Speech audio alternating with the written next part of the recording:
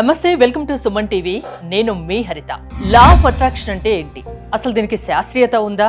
దీని గురించి ఇప్పుడు మనం డిస్కస్ చేయబోతున్నాం. స్టూడియోలో ఉన్నారు result oriented law of attraction coach విశ్వం విజయ్. విజయ్ గారు నమస్తే అండి. నమస్కారం. చాలా డౌట్స్ ఉన్నాయి లా ఆఫ్ అట్రాక్షన్ గురించి, సో అందుకే దీని గురించి నేను మాట్లాడబోతున్నాను. అసలు ఈ లా ఆఫ్ అట్రాక్షన్ అంటే ఏంటి? లా ఆఫ్ అట్రాక్షన్, మీకు లా ఆఫ్ గ్రావిటీ గురించి అందరికీ ఐడియా ఉండొచ్చండి. అంటే పైనుంచి ఏదైనా ఒక వస్తువును కింద వేసినప్పుడు కింద పడుతుంది గ్రావిటేషన్ ఫోర్స్ వల్ల. అంటే ఇది ఒక నియమం.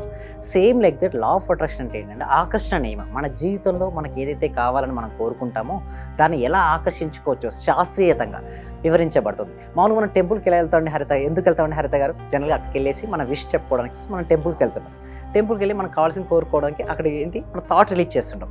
సేమ్ అదే విధంగా ఇక్కడ కూడా మన థాట్ను మనం రిలీజ్ చేసి మనకి ఏదైతే కావాలని మనం కోరుకుంటామో ముందుగానే అది ఆల్రెడీ అచీవ్ అయినట్టుగా చూస్తాం. ఎప్పుడైతే మనం అచీవ్ అయినట్టుగా చూసినప్పుడు మనకేమవుతుందంటే సెల్ఫ్ బిలీవ్ అనేది పెరుగుతుంది. మనపైన మనకు నమ్మకం అనేది వస్తుంది. ఎప్పుడైతే మనపైన మనకు నమ్మకం వస్తుందో మనం ఈజీగా ఆ టాస్క్ అనేది కంప్లీట్ చేస్తాం. దీనివల్ల మన రిజల్ట్స్ని ఫాస్ట్గా అచీవ్ చేస్తాం. అంటే ఇక్కడ చూస్తే హరిత గారు, త్రికరణ శుద్ధి అనేది ఉండాలి. లా ఆఫ్ అట్రాక్షన్ ఉండాల్సింది ఏంటంటే త్రికరణ శుద్ధి అని చెప్తా. అంటే మనసులో మనకి ఏదైతే కావాలో ఆల్రెడీ అచీవ్ అయినట్టుగా చూడగలగాలి. మనం ఏదైతే మాట్లాడతామో అది కాన్ఫిడెన్స్గా మాట్లాడగలగాలి. ఇంకొకటి యాక్షన్ ఎప్పుడు కూడా దాని వైపే ఉండాలి. అంటే మనం ఏదైతే ఆలోచిస్తామో దాన్నే మాట్లాడాలి. అటువైపే మన అడుగులు వేస్తే మనం డెఫినెట్గా మనం అనుకున్నటువంటి గోల్స్ మనం అచీవ్ అవుతామండి హరిత గారు. అంటే దీనికి ఏమన్నా శాస్త్రీయత ఉందా అసలు లా ఆఫ్ అట్రాక్షన్కి?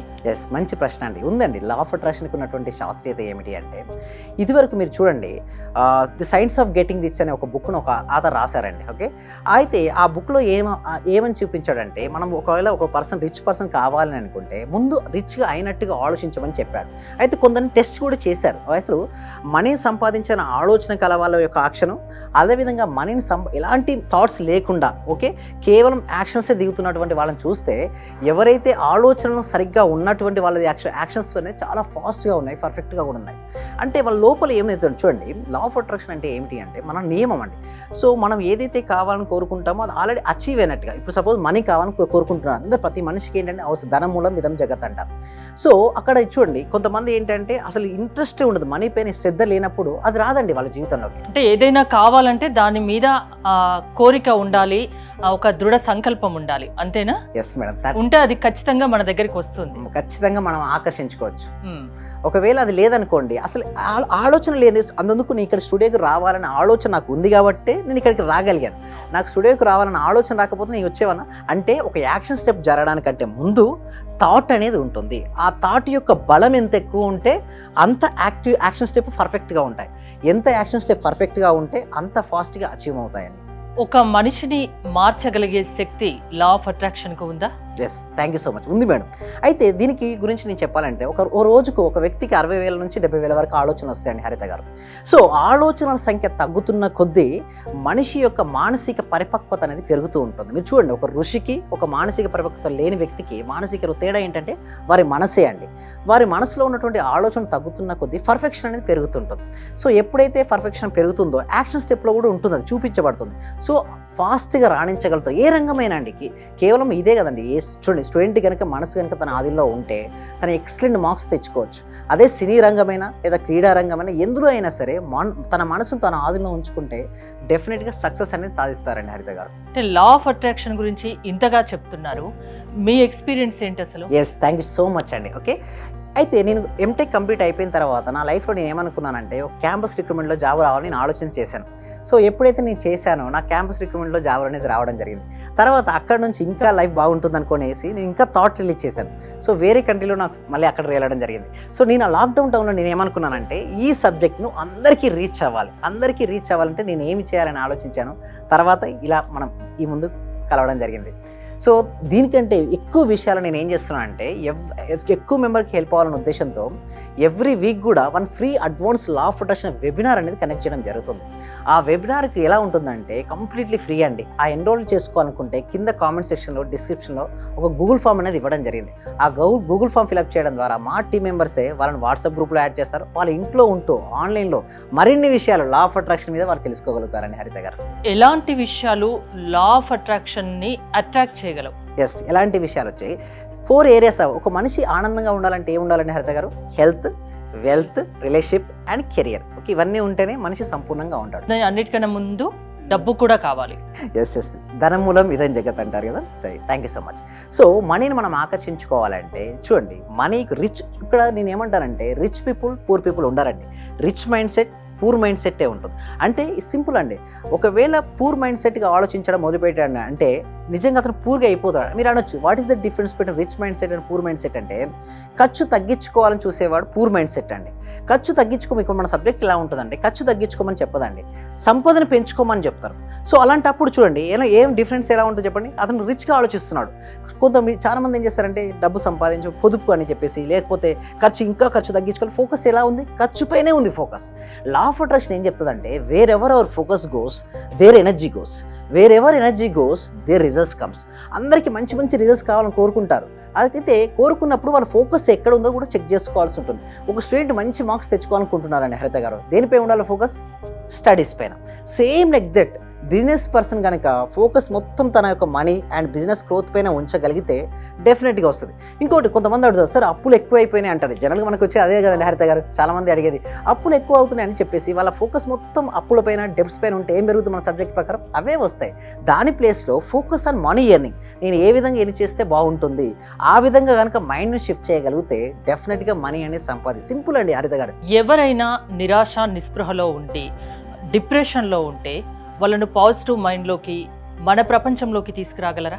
Yes, definitely madam. ఇది ప్రూవ్ కూడా అయింది. కావాల్స్తే మన ఈ ఎపిసోడ్ తర్వాత ఒక ఫీడ్బ్యాక్ ఉంటుంది. సో వారు చూసుకోవచ్చు. అంటే వాళ్ళు నిజంగా చెప్పాలి అంటే వాళ్ళ యొక్క మైండ్ సెట్ అండి. అంతెందుకు మన ఎవరైనా సరే ఇప్పుడు చూస్తే ఒక మామూలుగా మీరు ఇప్పుడు చూడండి, ప్రధానమంత్రి నరేంద్ర మోడీ గారి గురించి మీకు తెలిసే ఉంటుంది. అతను మామూలుగా ప్లాట్ఫామ్లో టీ అమ్మిన స్టోరీ కూడా మనకు తెలుసు, అందరికీ తెలిసింది. ఇప్పుడు భారతదేశానికి 3వ ప్రధానిగా అయ్యాడు. ఎలా పాసిబిలిటీ అయిందండి హరిత గారు చెప్పండి? తన మీద తనకు నమ్మకం, ఏదైనా సరే సాధిస్తానని అఖండమైన విశ్వాసం తనకు ఉంది కాబట్టి రాణించగా, అంటే పాజిటివ్ థింకింగ్ అనేది ఉంది. దాని తగ్గట్టు యాక్షన్ స్టెప్స్ కూడా తను చేశాడు. అంటే ఆలోచించాడు, అదే దాన్ని మాట్లాడాడు, అదేవిధంగా చేశాడు. అంటే నేను ఒకటే చూడండి, అబ్దుల్ కలాం గారైనా, ప్రధానమంత్రి నరేంద్ర మోడీ గారైనా పాసిబిలిటీ అయిపోయినప్పుడు ప్రతి ఒక్కరికి పాసిబిలిటీ అవుతుందండి హరిత గారు. కాకపోతే ప్రాపర్ ట్రైనింగ్ అనేది అవసరం.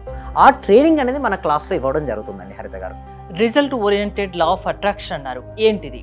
అందులో మీ పేరు Vishwam Vijay. Yes thank you so much అండి. ఇక్కడ రిజల్ట్ ఓరియంటెడ్ అంటే ఏంటంటే మనం ప్రాక్టికల్ క్లాసెస్ కనెక్ట్ చేస్తామండి. అయితే 2 ఉంటాయండి, ఒకటి థియరీ, రెండోది ప్రాక్టికల్. థియరీకి ప్రాక్టికల్ తేడా అంటే, మీకు ఒక సైకిల్ గురించి సైకిల్ నేర్చుకోవాలని మీరు అనుకున్నారండి హరిత గారు. ఓకే, కొన్ని పుస్తకాలు ఇచ్చారు, చదువుతూ ఉన్నారు. సైకిల్ తొక్కడం మీకు వస్తుందా? బుక్ లో చదివితే రాదు కదా, ప్రాక్టికల్ గా చేయాలి. Right, thank you so much. So అదే విధంగా స్విమ్మింగ్ నేర్చుకోవాలని మీరు అనుకున్నారు. స్విమ్మింగ్ బుక్స్ 100 పుస్తకాలు మీకు ఇచ్చానండి హరిత గారు. దాని వల్ల కొన్ని టెక్నిక్స్ తెలుస్తాయి కానీ ప్రాక్టికల్ గా కాంది అది మనకు రాదు. సేమ్ లైక్ దట్ మన ప్రాక్టికల్ క్లాసెస్ ఏంటి అంటే, వాళ్ళకి ఏంటి అసలు మనీ సంపాదించాలంటే ఎలాంటి మైండ్ సెట్ కలిగి ఉండాలి, వాళ్ళ యొక్క ఆరా అంటే ఎలక్ట్రోమాగ్నెటిక్ ఎనర్జీ అంటారు అది. సో దాన్ని ఎట్లా మనం విస్తరించుకోవాలి, ఎట్లా మనకు కావాల్సిన దాన్ని మనం ఎలా ఆకర్షించుకోవాలి, ప్రాక్టికల్గా చేసి చూపించడం ఉంటుంది, ప్లస్ లైవ్లో ఉంటుంది అదంతా కూడా.